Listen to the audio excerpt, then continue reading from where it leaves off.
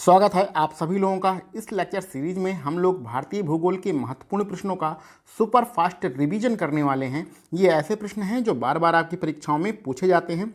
तो चलिए स्टार्ट करते हैं। पिछले लेक्चर में हम लोगों ने जहां पर अपने प्रश्नों को ख़त्म किया था, इस लेक्चर सीरीज में उसी के आगे स्टार्ट करते हैं। तो देखते हैं आज का अपना पहला प्रश्न। हमारा पहला प्रश्न है, कोडाई कनाल पर्वत श्रेणी किस राज्य में है और किस पहाड़ी पर है। तो कोडाई कनाल जो पर्वत श्रेणी है वो आपके तमिलनाडु राज्य में है और तमिलनाडु राज्य में पलनी की पहाड़ियों पर है। तो पलनी की पहाड़ियों पर कोडाई कनाल पर्वत श्रेणी है और ये किस राज्य में है? तमिलनाडु में है। इस चीज़ को आप ध्यान से याद रखिएगा। आगे बढ़ते हैं। भारत की जो भौगोलिक स्थिति है वो पूर्वी देशांतर में कहाँ से कहाँ तक है? तो भारत की भौगोलिक स्थिति पूर्वी देशांतर में 68 डिग्री 7 मिनट से लेकर 97 डिग्री 25 मिनट तक है। इस चीज़ को आप ध्यान में रखिएगा। इसको हम लोग थोड़ा सा समझ लेते हैं डिटेल में। इसको हम लोग इस तरीके से पढ़ सकते हैं कि पूर्वी देशांतर वाली लाइन, ये वाली लाइन पूर्वी देशांतर वाली होती है। इसमें 68 डिग्री 7 मिनट से लेके 97 डिग्री और 25 मिनट तक हमारा पूर्वी देशांतर है। तो अगर उत्तरी अक्षांश के बारे में पूछा जाए तो ये लाइन उत्तरी अक्षांश वाली लाइन है। ये 8 डिग्री और आपके 4 मिनट से लेकर 37 डिग्री 6 मिनट तक आपका पूर्वी देशांतर है। इसको आप याद रखिएगा। तो पूर्वी देशांतर का विस्तार और उत्तरी अक्षांश का विस्तार, इसको आपको रट लेना है। चलिए आगे बढ़ते हैं। भारत की वह कौन सी सबसे बड़ी झील है जिससे नमक की प्राप्ति की जाता है? तो नमक किस झील से बनाया जाता है? सांभर झील से बनाया जाता है। ये सांभर झील कहाँ पर है? आपके राजस्थान राज्य में है। राजस्थान। और ये किस प्रकार की झील है? ये खारे पानी की झील है जिससे नमक बनाया जाता है। चलिए आगे बढ़ते हैं। सूर्य ग्रहण कब होता है और किस प्रकार से होता है? तो सूर्य ग्रहण का मतलब होता है जब सूरज ना दिखाई दे, यानी चंद्रमा जब पृथ्वी और सूर्य के बीच में आ जाता है तो ऐसी कंडीशन में सूर्य ग्रहण होता है। चंद्रमा पृथ्वी और सूर्य के बीच में जब आ जाता है तो ऐसी कंडीशन में सूर्य ग्रहण होता है। चलिए आगे बढ़ते हैं।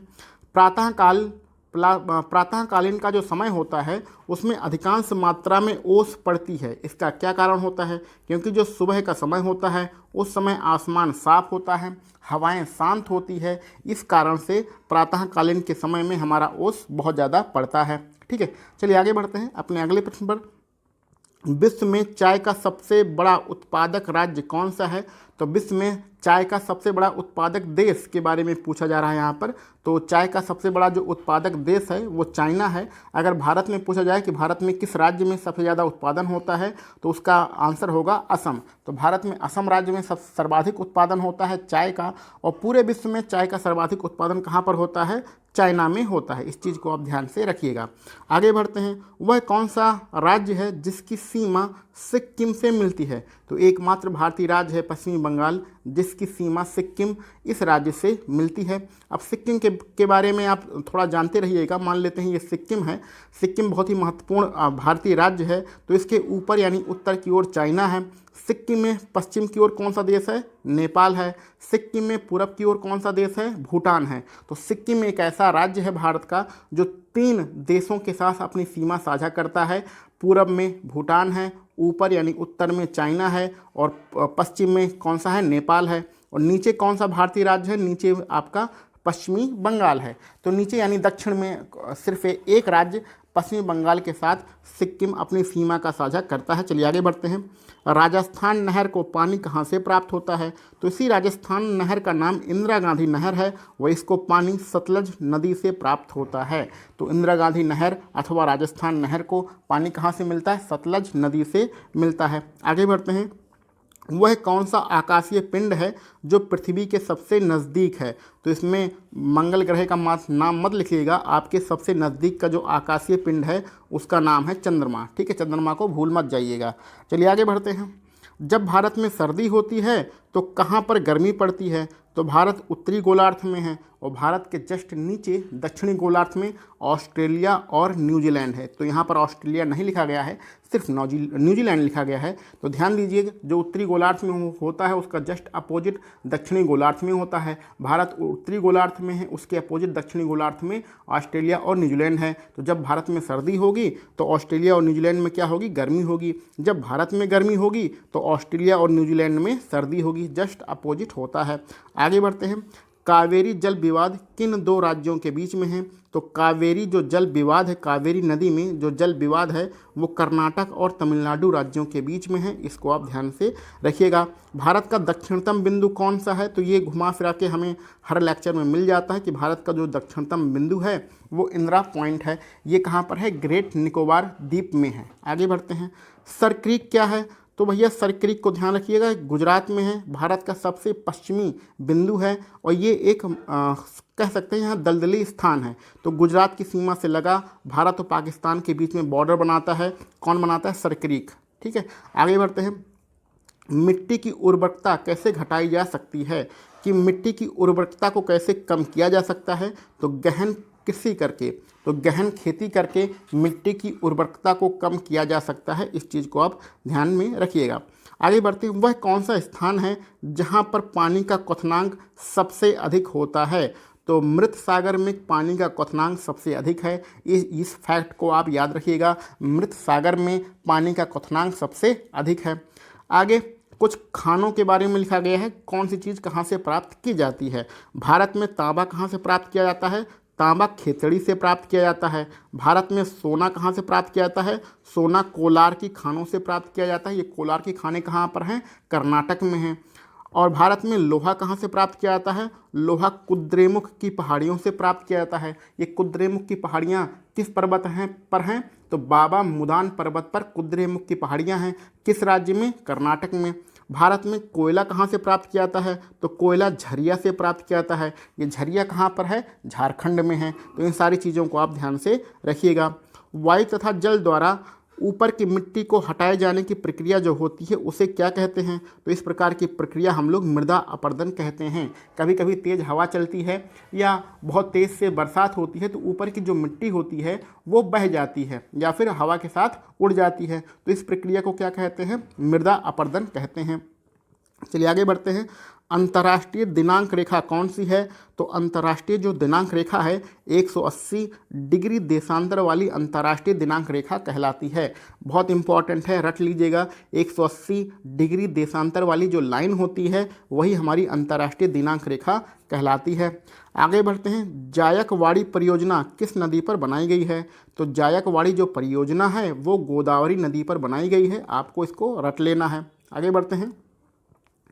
भारत का वह कौन सा राज्य है जहां केवल 3-4 महीने शुष्क मौसम रहता है? तो भारत का वह राज्य है हिमाचल प्रदेश, जहां पर सिर्फ पूरे वर्ष में 3 से 4 महीने तक ही शुष्क मौसम रहता है। आगे बढ़ते हैं। गुलबर्गा कहाँ पर है? तो गुलबर्गा आपके कर्नाटक में है। याद रखिएगा, गुलबर्गा कहाँ पर है? कर्नाटक में है। आगे बढ़ते हैं। पृथ्वी पर जितना टोटल जल है उसमें कितने प्रतिशत भाग पर मीठा पानी पाया जाता है? तो पृथ्वी पर जो 100% जल है 100% में सिर्फ 2.7% भाग मीठे जल का है, यानी पीने योग्य पानी है। तो पृथ्वी पर जितना भी पानी है उसमें कितना भाग पीने योग्य है? 2.7% भाग पीने योग्य है। आगे बढ़ते हैं। ब्लैक होल का सिद्धांत किसने दिया था? तो ब्लैक होल का जो सिद्धांत दिया था भारतीय वैज्ञानिक एस चंद्रशेखर ने दिया था। तो चंद्रशेखर साहब ने ब्लैक होल का सिद्धांत दिया था। आगे हमारा जो प्रश्न है वो 22 दिसंबर से संबंधित है। सबसे लंबा दिन, सबसे इम्पॉर्टेंट, सबसे लंबा दिन और सबसे छोटी रात कहाँ पर होती है? तो 22 दिसंबर को सबसे लंबा दिन और सबसे छोटी रात आपके दक्षिणी गोलार्ध में होती है। तो दक्षिणी गोलार्ध यहाँ पर आपका आंसर नहीं है, यहाँ पर आपका मेलबर्न आंसर है। इसको आप ऑस्ट्रेलिया या न्यूजीलैंड से भी समझ सकते हैं कि ऑस्ट्रेलिया न्यूजीलैंड में जस्ट अपोजिट होता है जो आपकी उत्तरी गोलार्ध यानी कि भारत में होता है।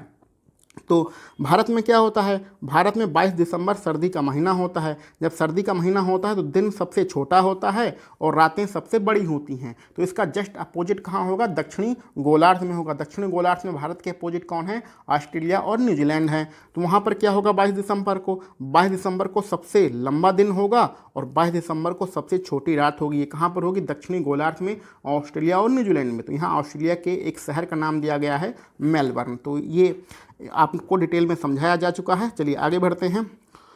एक वायुदाब की पट्टियां हैं जिसका नाम है उच्च वायुदाब। उच्च वायुदाब उपोष्ण शांत पट्टियां, उच्च वायुदाब उपोष्ण शांत पट्टियां, जिसे हम लोग अश्व अक्षांश भी कहते हैं, ये कितने डिग्री से कितने डिग्री के बीच में पाई जाती हैं?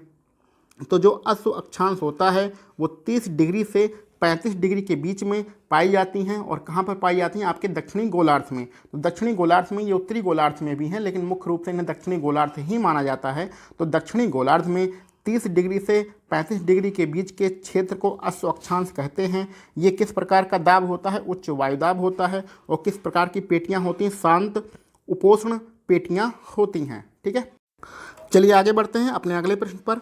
बाल्टिक समुद्र को उत्तरी समुद्र से मिलाने वाली नहर का क्या नाम है? तो बाल्टिक समुद्र और उत्तरी समुद्र को जो मिलाने वाली नहर है उसका नाम है कील नहर। पिछले लेक्चर में हम लोगों ने पनामा नहर के बारे में पढ़ा था। तो पनामा नहर किसको आपस में जोड़ती है? अगर ये आपको याद है तो उसको कमेंट बॉक्स में जाकर जरूर लिखिएगा कि पनामा नहर किसको आपस में जोड़ती हो। यहाँ पर कील नहर के बारे में दिया गया है, जो बाल्टिक समुद्र को उत्तरी समुद्र से आपस में जोड़ती है। आगे बढ़ते हैं। अपने मुहाने पर कौन सी नदी डेल्टा नहीं बनाती है? तो जब कोई नदी डेल्टा नहीं बनाएगी तो क्या बनाएगी? ज्वार नदमुख बनाएगी। ज्वार नदमुख कौन कौन सी नदियाँ बनाती हैं? नर्मदा, ताप्ती, साबरमती और माही, ये सारी नदियाँ ज्वार नदमुख बनाती हैं। आगे बढ़ते हैं। कोयला किस प्रकार की चट्टानों में पाया जाता है? तो कोयला अवसादी चट्टानों में पाया जाता है। ये आपको याद रखना है, अवसादी चट्टानों से कोयले की प्राप्ति होती है। पृथ्वी अपने अक्ष पर कितना झुकी हुई है? तो पृथ्वी अपने अक्ष पर झुकी हुई है। और कितना डिग्री झुकी हुई है? 23 सही 1/2 डिग्री, यानी 23.5 अंश पृथ्वी अपने अक्ष से झुकी हुई है। इस चीज़ को आप याद रखिएगा। चंद्रमा को पृथ्वी के चारों ओर एक बार चक्कर लगाने में कुल कितना समय लगता है? तो चंद्रमा पृथ्वी के चारों ओर एक बार चक्कर लगाने में लगभग 28 दिन का समय लेता है। इस चीज़ को आप ध्यान से रखिएगा। अब दो हमारे देश हैं, जिसमें पहला देश है जॉर्डन और दूसरा देश है इजराइल। इन दोनों के बीच में कौन सा सागर है? तो जॉर्डन देश और इजराइल के बीच में मृत सागर है। इसको आप याद रखिएगा। आगे बढ़ते हैं। नियाग्रा जलप्रपात कहाँ पर है? तो नियाग्रा जलप्रपात अमेरिका और कनाडा के बॉर्डर पर है। तो अमेरिका और कनाडा, इन दो देशों के बॉर्डर पर कौन सा जलप्रपात है? नियाग्रा जलप्रपात है। आगे बढ़ते हैं। गोवा की राजकीय भाषा कौन सी है? तो गोवा जो भारतीय राज्य है उसकी राजकीय भाषा कोंकणी है। ठीक है, तो कोंकणी किस राज्य की भाषा है? गोवा की एक राजकीय भाषा है। ये सारे वन लाइनर प्रश्न हैं और इसको सिर्फ आपको पढ़ते जाना है, ये सारे प्रश्न आपको रट जाएंगे। आगे बढ़ते हैं। समस्त पृथ्वी पर 2 तारीखें जब दिन और रात बराबर होते हैं तो उनको क्या कहते हैं? तो ऐसे 2 तारीख हैं जिनके दिन और रात बराबर होते हैं, इसको हम लोग इक्विनॉक्स कहते हैं। तो इक्विनॉक्स किसको कहते हैं? जब दिन और रात बराबर होते हैं। अब आपके लिए यहाँ पर एक प्रश्न आता है कि दिन और रात किन 2 तारीखों को बराबर होते हैं? एक वर्ष में 2 बार बराबर होते हैं और कब कब होते हैं? तो इस चीज़ को आपको कमेंट बॉक्स में जाके लिखना है, ढूंढकर कमेंट बॉक्स में लिखना है कि दिन और रात कब आपस में बराबर होते हैं और इसको क्या कहते हैं? इसको इक्विनॉक्स कहते हैं। ये यहाँ पर बताया जा चुका है। ठीक है, चलिए आगे बढ़ते हैं अपने अगले प्रश्न पर। वैश्विक तापन से जब हम, इसका कहने का मतलब है कि जब हमारे विश्व का तापमान बढ़ेगा तो जो ध्रुवों पर हिम होती है, बर्फ़ होती है, वो पिघलने लगेगी। ठीक है, ये बहुत बड़ी चिंता का विषय है। इसके परिणाम स्वरूप क्या होगा? तो जब विश्व का तापमान बढ़ेगा तो जो बर्फ़ हैं ध्रुवों पर वो पिघलेंगी। तो इससे क्या होगा? पानी के नीचे आने वाले भूकंपों की घटनाओं में वृद्धि हो जाएगी। तो पानी में जो भूकंप आते हैं उन्हें सुनामी कहते हैं, यानी कि बड़े बड़े सुनामी आएंगे अगर इस प्रकार की घटनाएं होंगी तो। ठीक है, चलिए आगे बढ़ते हैं। गाजा पट्टी किन 2 देशों के बीच संघर्ष का कारण है? तो जिस प्रकार कश्मीर भारत और पाकिस्तान के बीच में संघर्ष का कारण है, उसी प्रकार गाजा पट्टी एक जगह का नाम है और ये आपके 2 देश इजराइल और फ़िलिस्तीन के बीच में संघर्ष का कारण है। और ये दोनों देश कहाँ पर हैं? ये दोनों देश पश्चिमी एशिया में हैं। तो पश्चिमी एशिया के 2 देश इजराइल और फ़िलिस्तीन के बीच में संघर्ष का जो कारण है वो कौन सा कारण है? गाजा पट्टी नाम से जगह है। तो आज के लिए हम लोग बस इतने ही प्रश्न रखते हैं। इसके आगे के प्रश्नों को हम लोग अपने अगले लेक्चर में सॉल्व करेंगे। आप सभी लोगों को वीडियो देखने के लिए बहुत बहुत धन्यवाद।